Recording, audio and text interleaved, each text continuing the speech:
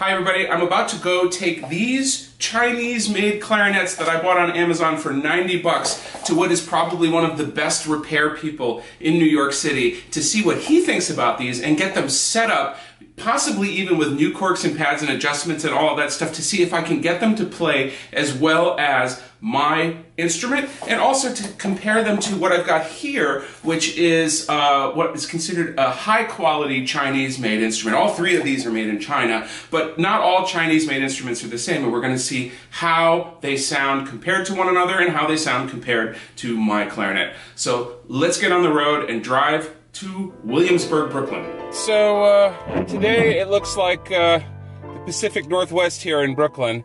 Hopefully the traffic's not going to be too bad getting from my place to Williamsburg, but well, let's take a ride.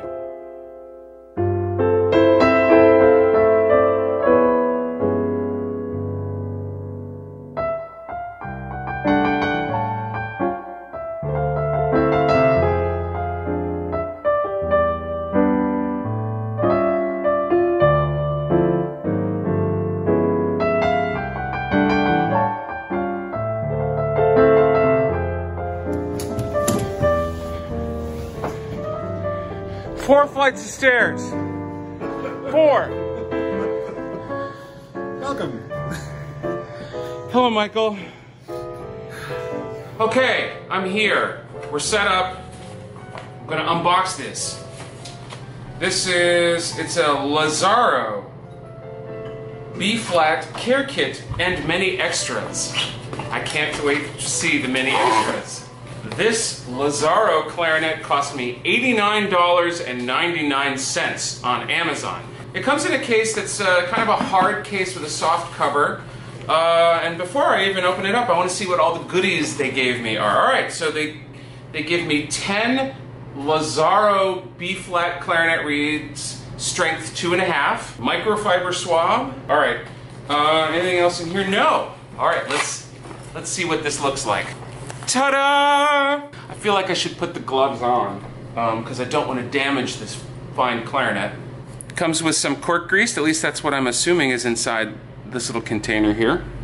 It's got a screwdriver. I imagine we're going to be making a lot of use of this screwdriver. It has a strap for the case. It comes with 2 barrels, 2 of them.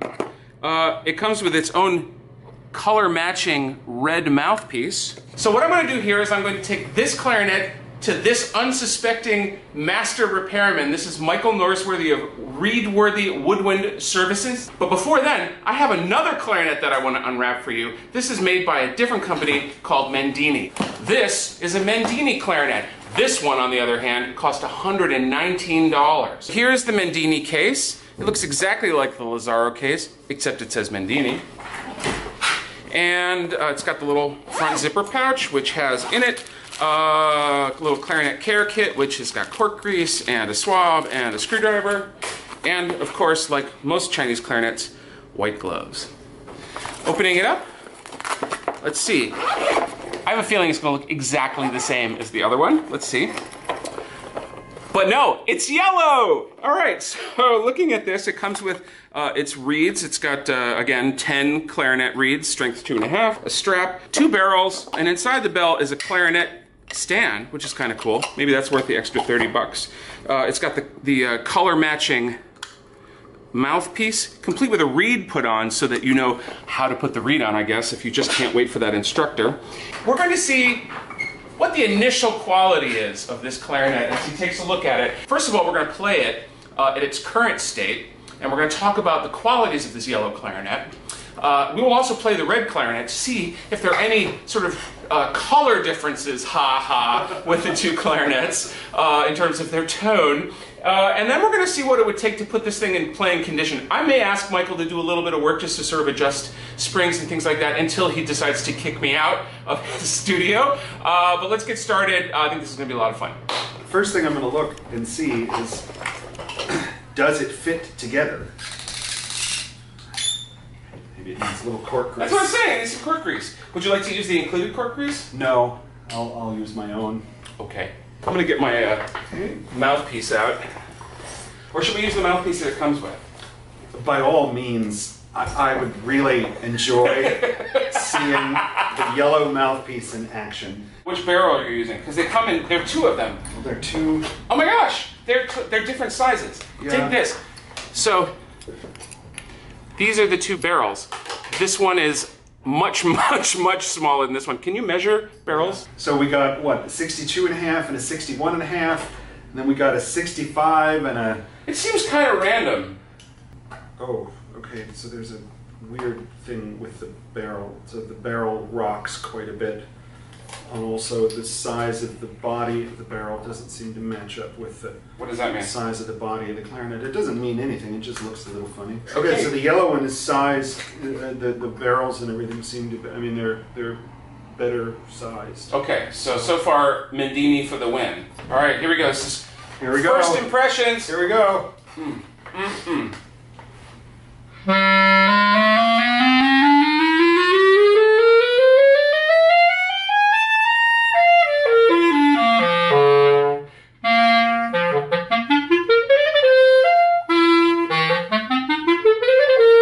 How's the scale sound?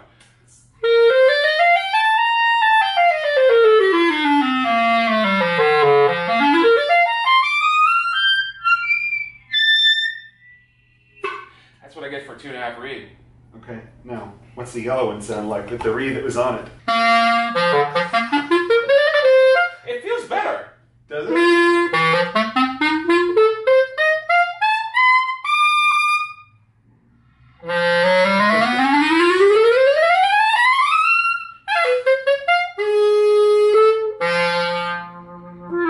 that's your extra $30. It feels better. Yeah, so we've decided that these clarinets, the yellow and the red, make up a... Let's see how much we love it. Michael. Okay, so it fits together. Okay, all of the key work seems to basically be in the same, in the right places. So first thing I would check is to see how well it seals. So I have this little machine called a magnehelic machine, which tells me basically how much air is escaping and allows me to pinpoint where some of the leaks might be.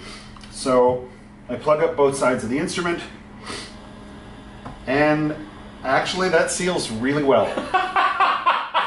Seals really, really well. Wow. I'd be perfectly happy with that. And then the bottom joint, okay, so that's not so great. So this is with lighter finger pressure, and then the harder I push, the more I can get things to seal. If I'm just using normal finger pressure, that's about So where it's gonna leak. Yeah, it's leaking pretty badly. Now, is that common?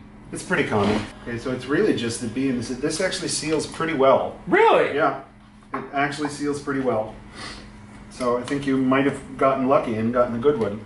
And now this is the Lazaro. This is right. Yeah. Oh my God! That seals really well too. Holy crap! Okay. Okay, that's pretty bad.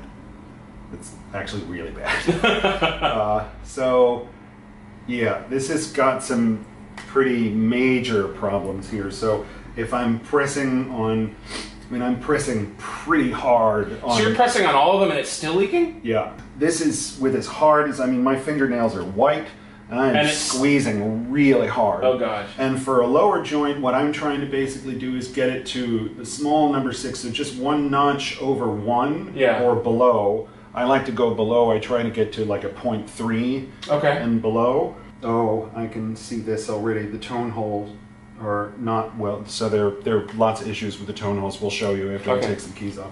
All right, so now what are we going to do? We're going to take it apart. Okay. Okay, so this is apart now, and it's a little scary, at least from my perspective.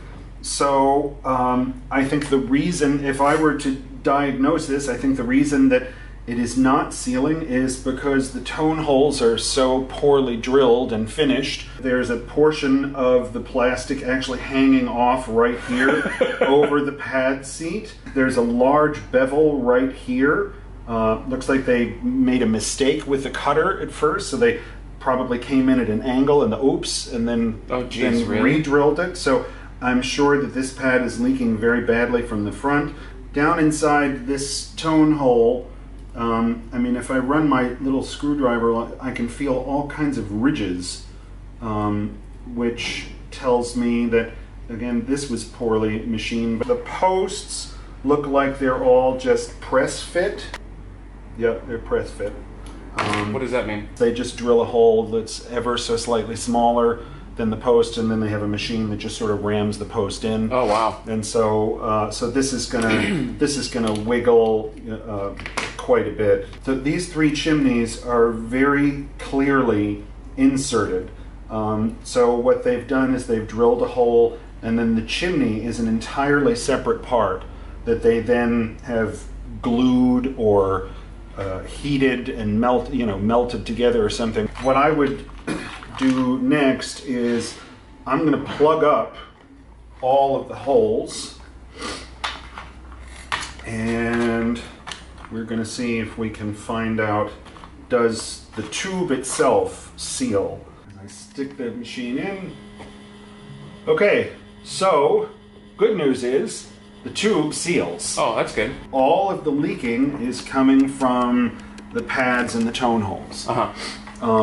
Which means that I get to do a lot of work to it. These are very, very cheap fish skin pads. I'm going to take one of them out just so that I can see what kind of pad it is. Okay, so these pads have no marking on the back. They have some kind of hot glue, but it's not really hot glue, I think. There is a shim in, oh my gosh. in the key cup. Why would they put the shim in the key cup like that? Because, what is it? Oh, it looks like it's a barcode. Shut up. Yep, it's a barcode. It's a piece of crap! You can't see this, but this looks like it was cut off a pack of cigarettes. I'm serious. This is from a pack of cigarettes. A shim? Who would have done that? Oh, this has two shims in it. They do that preemptively. It's not like they're playtesting them and saying, oh, this needs to get moved. I think so. Flute technicians use shims all the time, and that's to, float a pad left or right or up or down. It's not a common thing to do with clarinets. And so I'm not sure, with tone hole surfaces like this, maybe they understand where the errors in their machines are. Looking at this just with the naked eye, I would expect there to be some kind of a shim in the front. Let's see if you're right. So let's see if I'm right about that.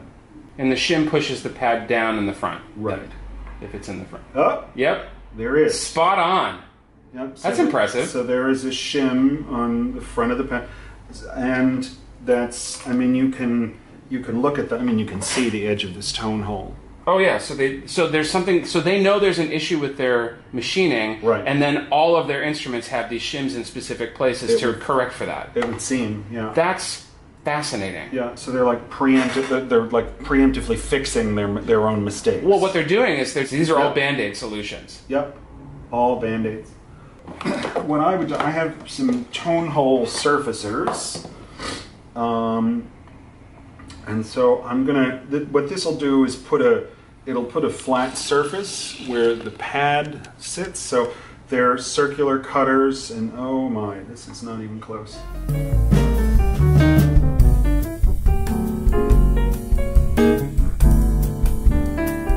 All right, so it's been about an hour. Michael has replaced all of the pads, resurfaced most of the tone holes.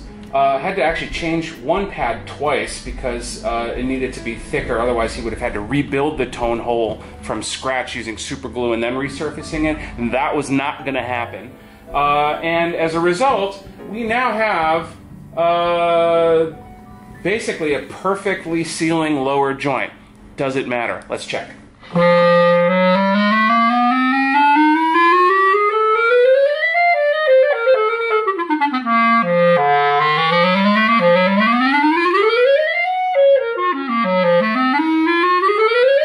That feels amazing.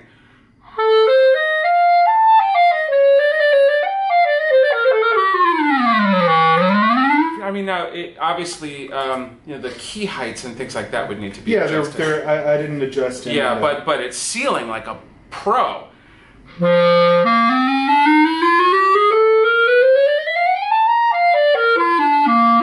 it's out of tune as heck, though. So we would have to adjust key heights. The key heights, or we would have we could undercut some tone holes.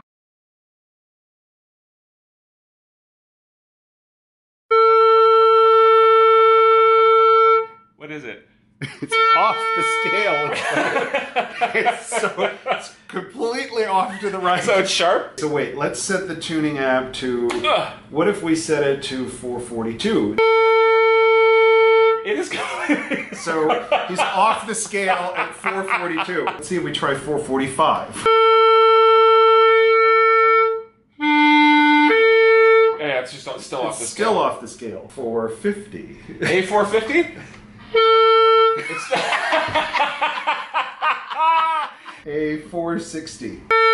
Okay, A470? All right, so this clarinet tunes to A475. All right, so the amount of time you put into this was a couple hours. So it's still out of tune, but it seals. It seals, and so that would have been more than the clarinet's worth. yeah. But you got it sealing.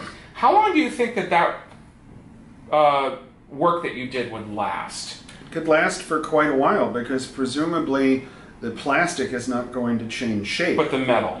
The metal, that things bend pretty easily. Yeah. And so if you're a real, if you play with a lot of pressure on your key work and whatnot, I think things may go out of adjustment pretty quickly. Mm-hmm.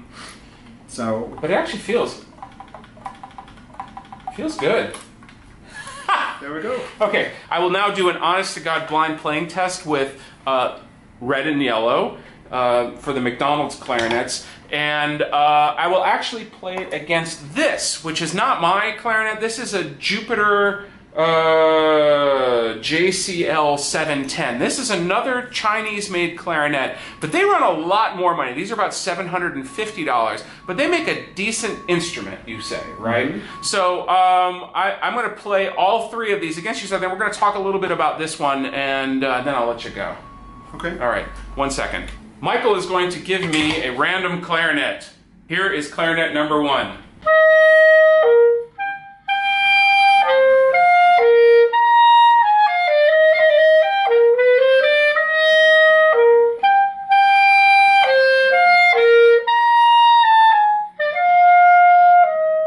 Now clarinet number 2.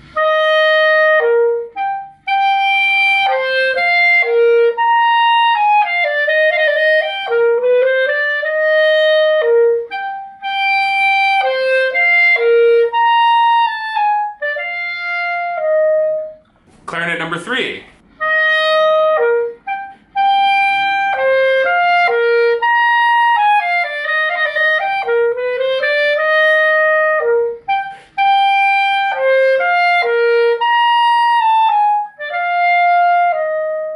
And now clarinet number 4.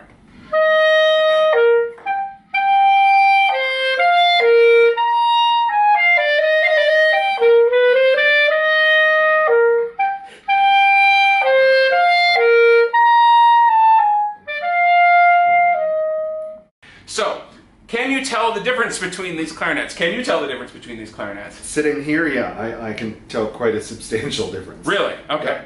Well, I have to say that the key work, I actually didn't mind the key work on the clarinets, on those. And it was not hard for me to blow. Mm-hmm. It was a little less resistant. Mm. The plastic was less resistant than my wood. I could feel that. Mm-hmm. The wood took a little bit more energy for me to get sound out, which might be a good thing for, for a student clarinet, for it to not be hard to play and hard to get a sound out. The one thing, though, that is absolutely a must is take the mouthpieces that come with these things and hold your doors open. And hold your doors open with them, throw them out, turn them into night lights, do anything but put them on the clarinet and play them.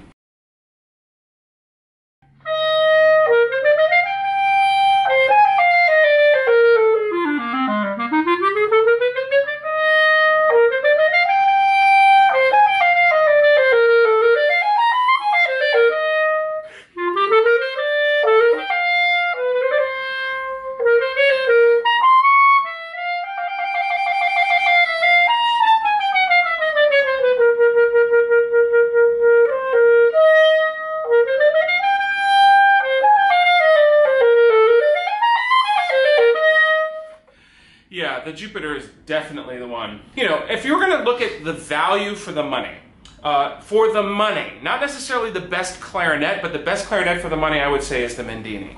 It plays. It's got a little bit warmer, silkier of a sound, certainly, than the Lazzaro. But in terms of the best clarinet of the three of them, it is definitely the Jupiter. Now, the Jupiter is, again, $750, so you could certainly get a bunch of these Mendinis for a while. But again, I don't know how much work it takes to set one of these up to start with, so you might actually save money in the initial cost of it to get it working, and then in the long run in terms of, you know, the maintenance over the life of the instrument. I would definitely go for this Jupiter. Again, it's Chinese made, but it's actually really, I mean, the keys feel so much better than either of the colorful clarinets that we've got. So Lazzaro, not very good, but Michael was able to get it to seal and play pretty darn well. And if you can do this for this instrument, you can do it for just about anything. If you're interested in finding out more about Michael, and I hope you are, I'll give you a little plug. It's readworthy.com. There's the address on the screen. Or come visit him in Williamsburg, Brooklyn, or give him a call or whatever. But definitely, thank you for this. I'm really impressed. Lots of fun. Oh, yeah, I'm sure. Anyway, I hope this was helpful. Good luck. Have a great year. We'll see you next time. Later.